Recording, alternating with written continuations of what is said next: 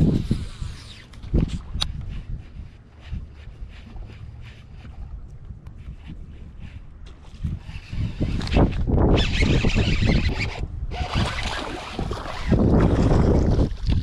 yeah, good fish. What's going on, guys? Welcome back to the Monster Bass channel. My name is Jeremy with Fishing Lone Star. I'm so pumped today because the time has finally come. It's a magical time of year to talk about frog fishing. It is my absolute favorite way to catch fish, but it has not always been that way. If you follow my channel at any length of time, you know that I was not always into frog fishing. Not that I didn't like it, but just because I wasn't very I guess good at catching fish, at the hook set, of the retrieval, the gear I was using. So we're going to talk about all those things today. In fact, those three things, exactly what we're going to talk about. We're going to talk about the gear to use to improve your hookup ratios. We'll talk about the retrieval to use to improve your bites. And then obviously once you get a bite, we'll talk about the hook set and landing those fish. Again, my name is Jeremy, Fishing Lone Star. If you've not yet subscribed to my channel, there'll be a link below. Do me a solid, jump over there, subscribe to my channel where I'm giving fishing tips, weekly updates, and just flat out having some fun on the water, catching big fish and sharing those tips with you. So be sure to subscribe there. And talking about subscribing, if you've not yet subscribed to Monster Bass, the better bag, that's right, the bag that now comes with the Regional Pro subscription. Make sure you do that, because a lot of the baits I'm going to talk about, actually the main frog I'm going to talk about today, came in a Regional Pro box, and I'm so glad it did because I've been slaying them with this frog. So first and foremost, let's talk about the frog. I do not believe that all frogs are created equal. I do think that the frog definitely matters. So I'm going to talk to you a little bit about the frog that I use, but why I use it. Now you can go use this exact frog, you can find one like it, but some things to consider when you're purchasing a frog for frog fishing. So first of all, there's a couple things you can think about when you pick a frog. Are you going to walk it? Are you going to pop it? Do you want it to just kind of hop? There's multiple things you can consider. I personally have found a frog that kind of does it all, and that is the Blitz Lures Popping Frog.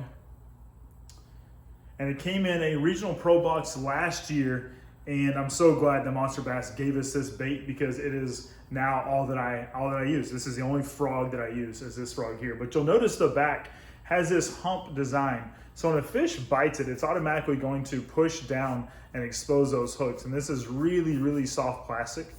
The hooks are also already angled up, so you don't need to bend them out at all.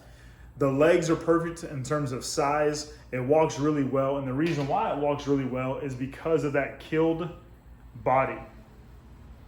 So you'll see on the bottom there, it's kind of killed, and it walks really well back and forth with really small twitches. Now, the mouth is cupped in a way that you can pop it really hard and it will make a pop or a splashing sound, or you can just simply barely pull it and it'll just kind of chug along in the water. So kind of does a little bit of everything for you. The colors that I use are this kind of white shad color. So I'm probably more imitating shad than I am a frog, obviously, with that color. There's a couple other colors that Blitz Lure offers, but one of the other ones is, I believe this is Margarita, and it is a kind of a yellow and green. I throw this in a lot of stained water is where I really reach for this one. That white really excels in clear water, and then low visibility. So darker, like early morning, later at night, or even just night fishing, I'll go with this black and brown. And I can't tell you enough how soft this plastic is, which completely aids in hookup ratios. So those are the frogs. Let's talk really quickly about the actual rod, reel, and line, because yes, they all matter. All right, I use the Lose Super Duty reel. It's a 20-pound drag is the reason why I use it, because we'll talk about in a minute on the retrieval. Where I'm throwing this frog is normally in lily pads and emerging vegetation, meaning that it's coming out of the water. So I'm usually throwing this in a lot of heavy, thick stuff. I will say though, the only time I've really needed the full 20 pounds of drag to get the fish out was when I was fishing in Florida and some pretty gnarly stuff. But I would say you need a reel with heavier drag. 8 or 9 pound drag, you'll probably get away with it in open water, and some of the thicker stuff, you're gonna need it to kind of winch that fish out, in my opinion. The other thing I use, this is a TFO 7.4 extra heavy tactical Elite rod, all right? This is the rod that I particularly use for a couple reasons. One, it's an extra heavy rod, which means through the main backbone of the rod, it's very, very stout for hook sets and for getting those big hooks. You'll notice the frog has big hooks, for getting those hooks penetrated into the fish's mouth.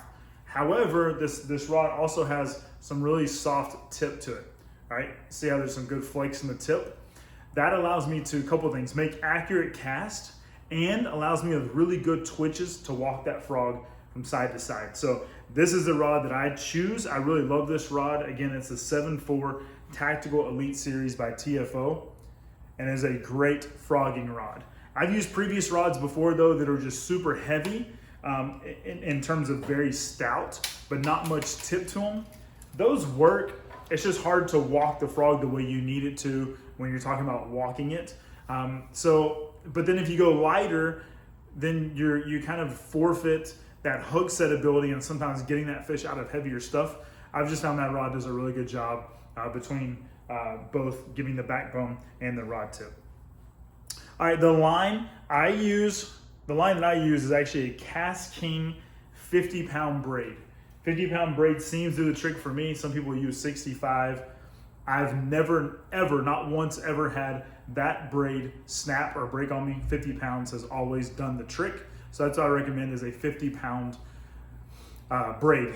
Now, one thing I will tell you with the reel, all right, this is one that is a brand new one. I've not spooled this one yet, but make sure that that drag is set tight, that it is locked down. You do not want to go to set that hook and have your drag pull, because I'm telling you, with these heavier hooks, those heavy gauge hooks, you need a solid hook set to drive those hooks home. All right, so lock down your drag should be one of the very first things you do when you pick up your reel for frog fishing. All right, let's talk about the retrieval. Now, I do think this matters just as much as all the rest, but the retrieval that I use, once I pitch, I try to pitch in two places. I'm sorry, pitch, I should say cast. I try to cast in the two places. One, I'll cast onto the bank.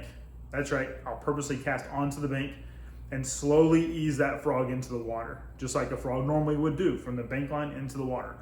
Or I'll throw it into the vegetation and pull it out just to the edge of the vegetation line, and that's where I will then pop and walk that frog.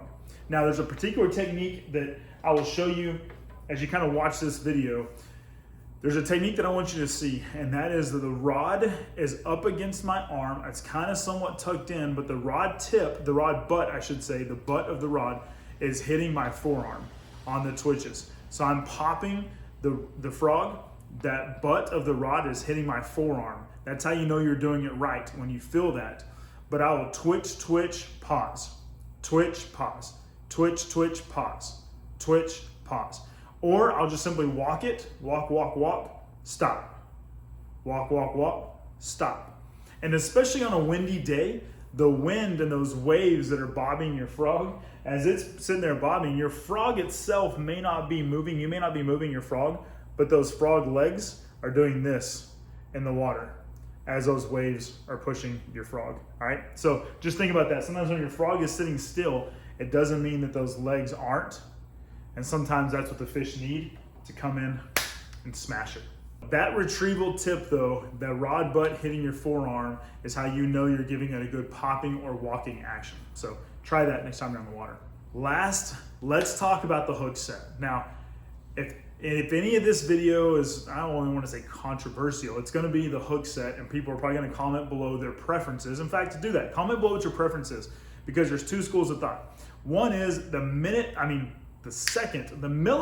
that the frog hits, set the hook, okay? That's one school of thought. The other is to cast, when the frog bites, count to 1,001, 1,002, then set the hook. I will say that I found for me, somewhere in the middle is what works best, all right? So what I mean by that is when the frog hits, what I normally do is, I'll show you, okay? Let's assume the frog has hit.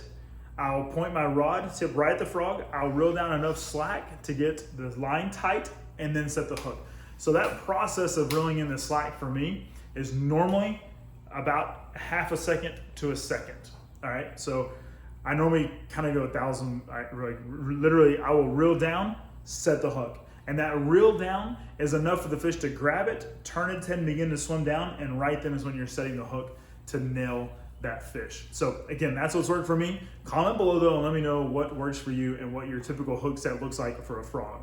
But I'll repeat, for me, it is to let that fish grab it, turn, set the hook, okay? And that's normally long enough for you to point your rod, reel down the slack, get a good hook set in.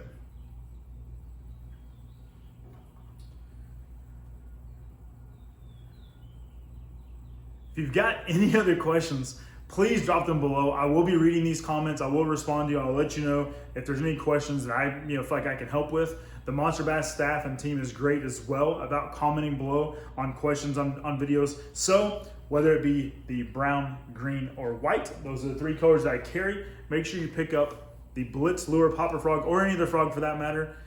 Those are just the qualities and characteristics I look for in a frog, the gear I use, the retrieval I use, and the hook sets I use that have totally turned around frog fishing for me and made it a confidence lure that I absolutely love to throw almost year-round down here in Texas.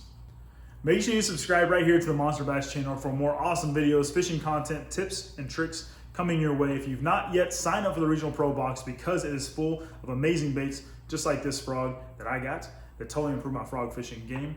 And get out there, catch a monster bass.